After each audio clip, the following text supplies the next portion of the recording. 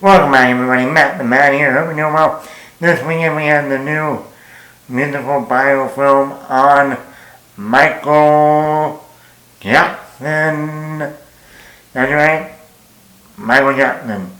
Now this has been a long in development film for a very long time. A lot of people do not know that. That even back in April of 2024, they showed footage for this movie.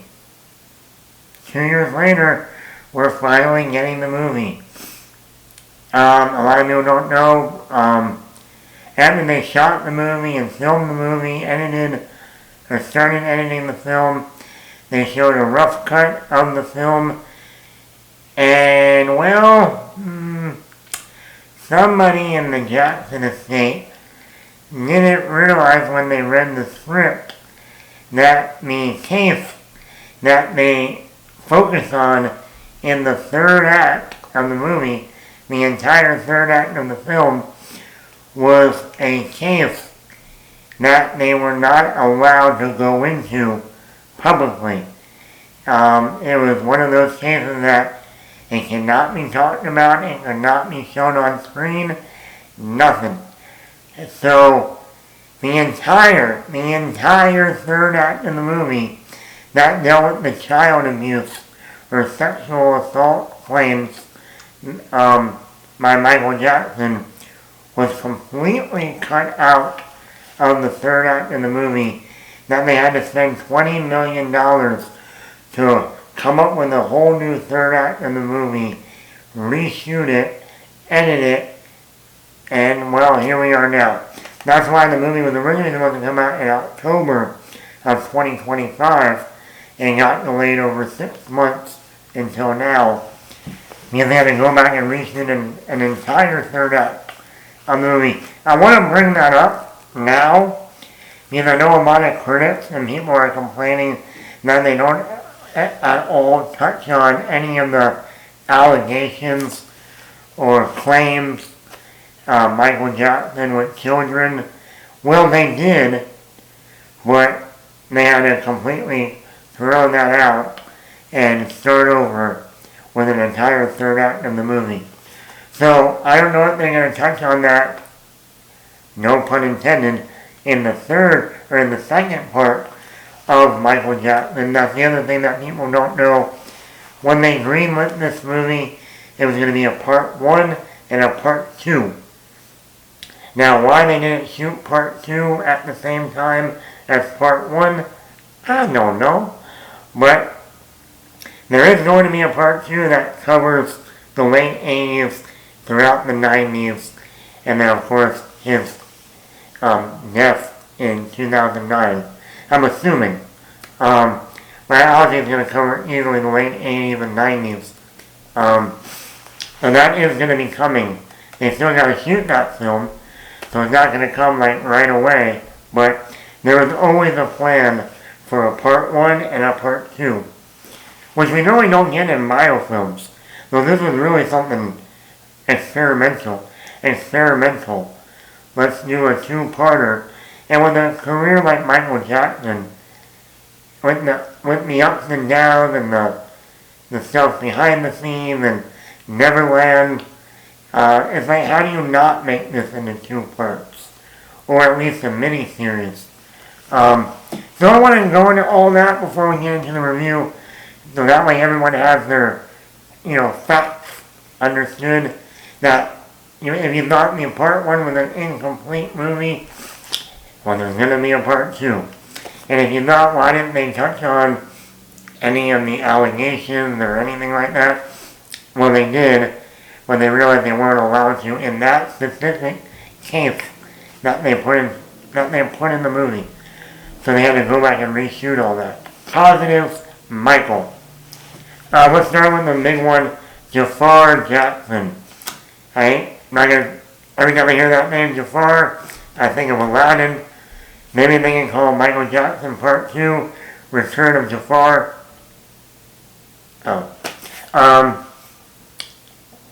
This was a huge gamble. Hey, instead of just casting an actor, an actual seasoned actor and do makeup and all that to make him look like the Michael Jackson from the, 80s, late 70s, early 80s, when he's a grown-up. We're going to actually cast someone in the family that has the most resemblance of Michael Jackson. A person that has no acting experience at all. As they would say as Morgan Freeman would say in The Dark Knight, good luck. And it paid off. This happened before with the Straight Outta Compton movie, where O'Shea Jackson played his father, Ice Cube, in the movie Straight Outta Compton. That was a huge gamble too, because O'Shea Jackson wasn't really an actor yet. He was starting out, and he did a good job in there. And Jafar Jackson is the same. For someone who has no acting experience, he not only got the dance moves perfect, in the dramatic moments, in the emotional themes, he really held his own with Coleman Domingo. I thought he did a great job. Nia Long, who played his mother, I thought he did a really good job with her. He definitely brought that essence of Michael Jackson, that childlike personality, in the forefront. And like I said, it helped that he looked like his uncle. Jafar Jackson's father is Jermaine Jackson, Michael Jackson's brother. And like I said, I thought he did an amazing job. I thought that, now he's not singing. Let me point that out. He is not singing in the movie. That is actually Michael Jackson lyrics that they, put in the movie and had Jafar lip sing during the actual singing scenes. But everything else off of that. But he did learn the dance moves and all of that stuff, the choreography. So, which a lot of these vinyl films, the actor doesn't actually sing the music. There's a number of them. I think Rami Malek didn't sing Freddie Mercury in Bohemian Rhapsody. I don't think Taron Egerton sung Elton John for the Rocketman movie. Now, are there cases that did happen, like Jamie Foxx for Ray, or Joaquin Phoenix for Johnny Cash? Walk the Line, yeah. Also, Austin Butler. He didn't sing all the lyrics from the Elvis movie. Some of them he did, some of them he didn't. It was kind of a mixture. But outside of that, the acting though, and the dramatic moments and everything else, I thought Jafar Jackson did an excellent job. I would have never thought this is his first time acting. He looked pretty seasoned in the role. Coleman Domingo as the father, Joseph. He gives a great performance. He is very scary on screen. Every time he's on screen, you get that. You're almost terrified of what he's going to do next. It's very well known that Joseph Jackson was very abusive to his kids and his wife. Even though they don't show that in the movie, the wife part, they do show some abusive wacka to the kids. And I thought Coleman Domingo did a very good job for the role that he plays in here. He's creating the iconic moments of Michael Jackson's music career. And thinking to me the most notable one was Thriller. I loved how they showed the ideas, the inspirations that Michael Jackson had in terms of coming up with the music video for Thriller. As a filmmaker, coming up with ideas for my own movies that I used to make, and other movies that inspired the films I made in college or whatever, or even my highlight films in high school. Seeing that in this movie, in the Michael movie, of how did Michael Jackson come up with those ideas for Thriller? And I thought that was really great. Also, just having a scene of actually on behind the scenes of the making of Thriller, casting someone as John Landis, the famous horror director back in the day, who made like American Werewolf in London. And then like the Need It, coming up with that. The ending song was bad. That whole scene at the end was perfect. To the point that I am watching that scene, and truly, I'm like, this, I think it looks so much like Michael Jackson that you 100% believe that they took old footage from the late in '88 and just put it at the end of this movie. Because the choreography and the look of Jafar Jackson truly was like a clone of his uncle Michael. It is so good at the end. And this movie foreshadows a lot of stuff. You know, a lot of people complain, oh, they don't go into this, they don't go into that. But they do foreshadow a lot in this movie. That even if they don't make a part 2, which they will, if you know anything about Michael Jackson, you can see the foreshadowing. Neverland, him reading Peter Pan a lot, seeing the name Neverland a lot throughout this movie.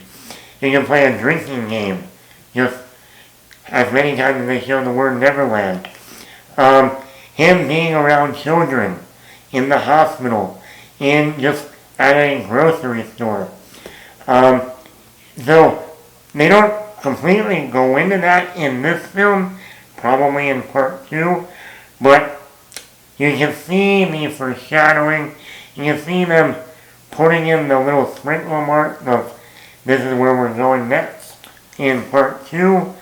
And no, this is not a complete biofilm, but it is a biofilm that, in terms of celebrating his music career, that's what you're going to get. And that's what you get in a lot of biofilms.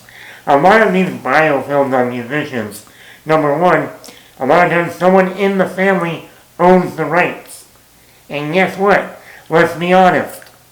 If someone was making a movie about you, and with someone in your family that owned the rights, they're not going to put all the shit you did in your life. They're not going to put all the bad stuff you did. Come on. You think they would?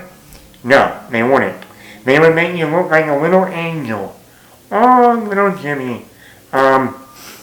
So, even in Walk the Line, even in Ray Charles, Elvis movie, they don't go into any of the bad shit that the person did.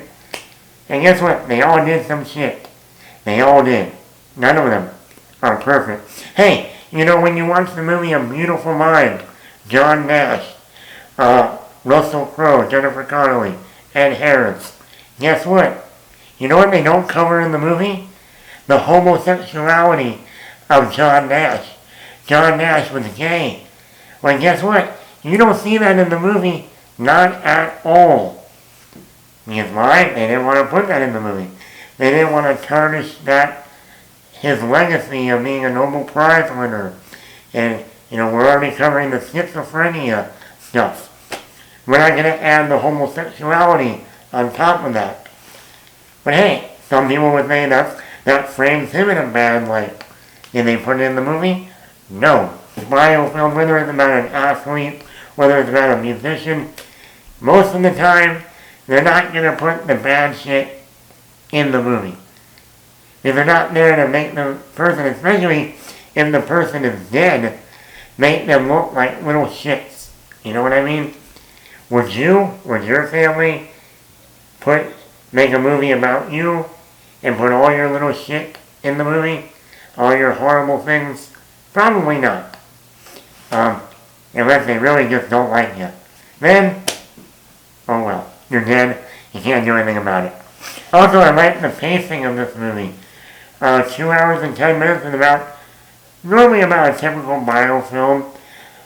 In the first hour is normally the rise. Then you normally have that middle part that gets to like a bump in the road, and then the comeback. And this movie definitely has that kind of era to it. Also, I love how a lot of people are saying that there's no story in this movie. It's just musical hit after musical moment after musical moment. No, there is a story in this film. It's about Michael Jackson not only breaking away from the Jackson 5, the family band, but also escaping his abusive father. And that is the story. The rise of leaving the Jackson 5 and branching on his own and getting away from an abusive parent. That's the movie. That's the story. Some of my negatives with this movie. Yes, the last 15 minutes is concert after concert after concert after concert, where it's not even like a montage. They have a whole concert, and then they go into another whole concert, and then they go to another whole concert. And then it just ends. And it's just like, whew, okay, wow. Now I understand where there are people that are like, it's just one concert after another after. Well, yeah, at the end of the last 15 minutes of the movie, that's all it is.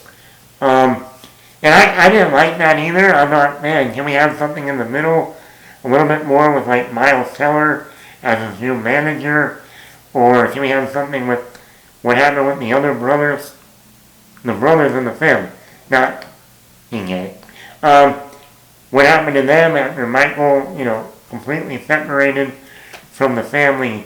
What happened to the mom? Did she divorce Joseph Jackson's ass or not? So I would have liked to see a little bit more in there. Even if they started showing like his first relationship, I think that would have been something to, separate concert after concert after concert. And like I said, spending more time with some of the crew. We don't spend really anything with the brothers. I couldn't tell you what the brothers' names were. Brother 1, Brother 2, Brother 3, Brother 4, and Michael Jackson, your brother number 5. I mean, that's it. They don't ever get into the brothers. Now, to be fair, when you watch Bohemian Rhapsody, they really don't get into the other members of the band Queen. It's only about Freddie Mercury.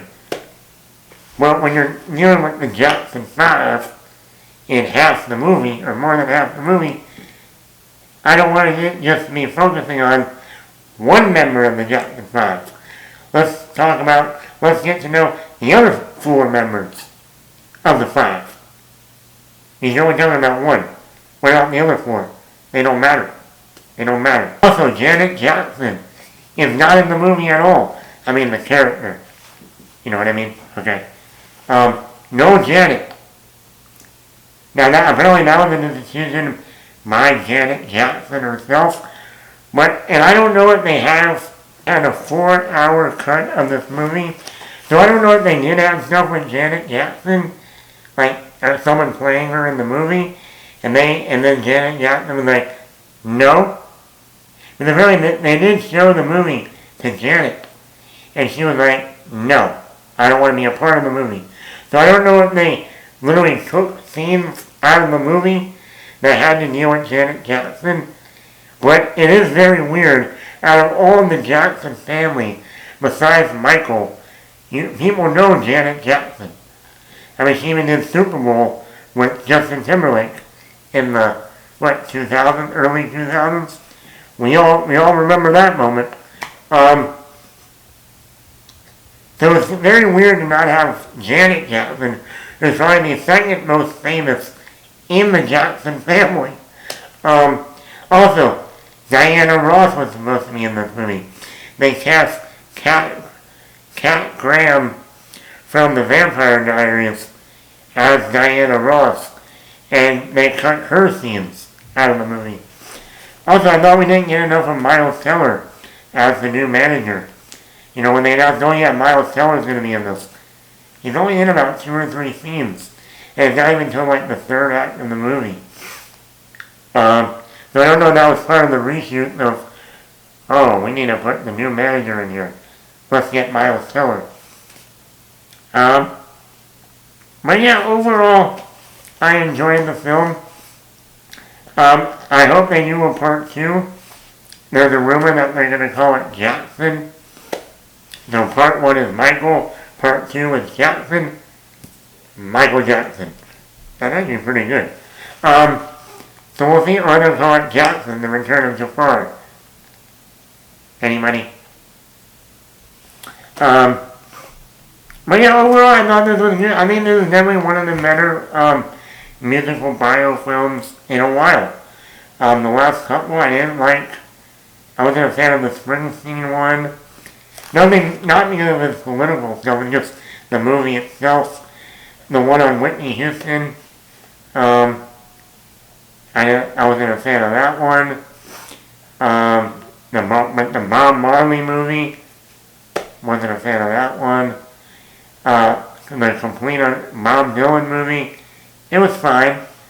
But since like Bohemian Rhapsody and Rocket Man in 2019, I think that, and I did like Elvis. I liked Elvis in 2022. I liked The King. So the two best biofilms in the past 7 years, or around 7-8 years, has been The King of Rock with Elvis and The King of Pop, Michael Jackson. Who knew? And they both have come out in the 2020s. So there you go. So yeah, I'm going to give this a 4.4 out of 5. I enjoyed it, especially even during the music moments. I'm not going to lie. I was sitting in that theater in the middle seat, middle row, full, no one in front of me, and my head was bobbing during those musical numbers. I was getting into it. And how can you not? It's Michael Jackson. What did you think of part 1 of Michael? Are you looking forward to part 2, which might be called Jackson? Or The Return of Jafar? I don't know. Let me know in the comments below. Matt the Matt.